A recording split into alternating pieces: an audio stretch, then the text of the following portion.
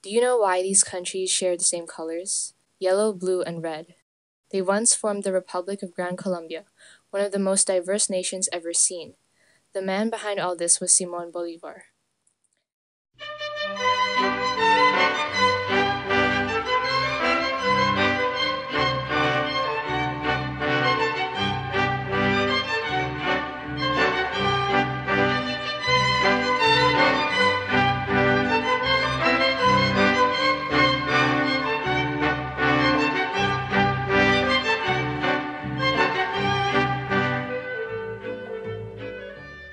Colombia, Ecuador, Venezuela, all united as one.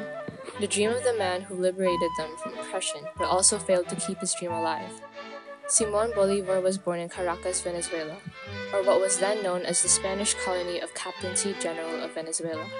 His actions transformed the future of the Americas for years to come.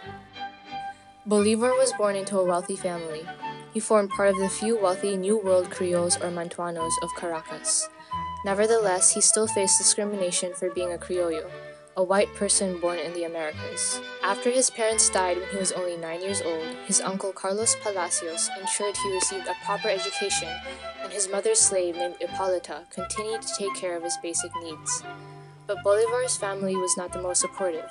Many of his relatives were only interested in his inheritance. As a result, Bolivar developed a rebellious nature. He was continually running away from home and sent to live with his mentors. Bolivar's rebellious attitude affected his ability to cooperate with others. Finally, after 2 years of private education, he followed his father's footsteps by enrolling in a military academy as a cadet. He graduated at age 19 and proceeded to continue his studies in Europe. In Spain, he had the opportunity to meet with illustrious intellectuals and members of the royal court. Like the American founding fathers, he studied the writings of English and French philosophers. During his stay in Europe, he also witnessed Napoleon's rise to the throne. Bolivar realized he wanted to achieve glory just like the French emperor. It was this event that sparked Bolivar's vision of a South American empire. He also met his first wife, Maria Teresa del Toro, but Maria Teresa fell ill and passed away soon after she arrived in Caracas. To lessen his grief, Bolivar decided to return to Europe to immerse himself in the intellectual and political world he had found so stimulating. Although he suffered throughout his early years and developed flaws in his character, he was still in a privileged position that allowed him to gain the knowledge he needed to succeed. In addition, his desire to follow the footsteps of Napoleon prompted him to become a leader. Prior to his return from London to gain recognition and support for the movement, he recruited Francisco de Miranda, a famous revolutionary, to lead Venezuela to independence. In March 1811, a constitution was drafted and Venezuela became the first colony to break free from the Spanish Empire. But this movement never achieved its full potential as the Spanish quickly took control of the situation. But Bolivar would not give up so easily. As an advocate for independence, Bolivar traveled to New Granada to support newly formed independence movements. After failing to secure independence again in both New Granada and Venezuela, he exiled in Jamaica. While in Jamaica, he wrote a letter to Henry Cullen, a settler of the island. In this well-known document, Bolivar speculates the future of the Americas and emphasizes the value of unity and cooperation between all Americans. New Granada will unite with Venezuela if they can agree to the establishment of a central republic. Their capital may be Maracaibo or a new city to be named Las Casas, to be built on the border of the two countries, in the excellent port area of Bahia Honda. This location, though little known, it's the most advantageous in all respects. It is readily accessible, and its situation is so strategic that it can be made impregnable. Our territorial possessions could be increased with the acquisition of the Guajira Peninsula. This nation should be called Colombia, as a just and grateful tribute to the discoverer of our hemisphere.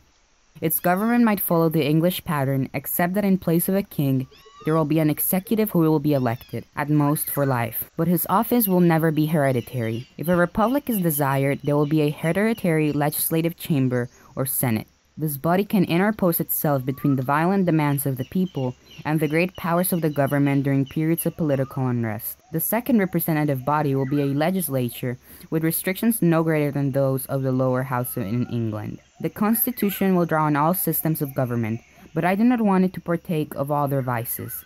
As Colombia is my country, I have an indisputable right to desire for her that form of government which in my opinion is best.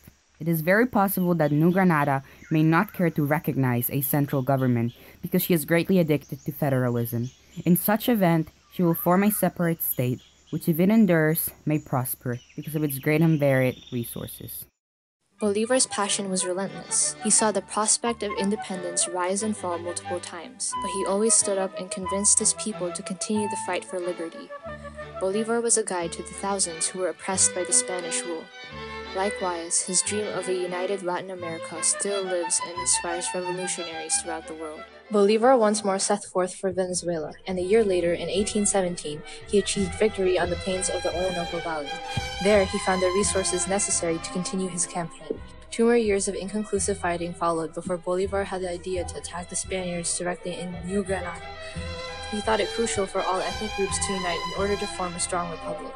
This included engaging all races in his plan for liberation. Races refused in the military. In one of the most audacious operations of military history, he crossed the Andes and defeated the royalist forces in Boyacá on August 7, 1819. Bolivar's dream came closer to becoming a reality, but he was not prepared for the people's reaction to independence, especially since ethnic groups outside of the military were still in conflict. The viceroy left in such haste that he left money in the treasury. Bolivar, with the funds from the royal treasury and thousands of recruits in New Granada, crushing any royalists left in the region. In December, the independence of all the provinces of the viceroyalty was declared, creating the nation of Gran Colombia. To truly establish the new nation, Bolivar continued his campaign through South America. Bolivar proved to be a very successful military leader. It is doubtful the independence of the countries we know today would have been achieved without his guidance, but his political leadership proved to be quite different.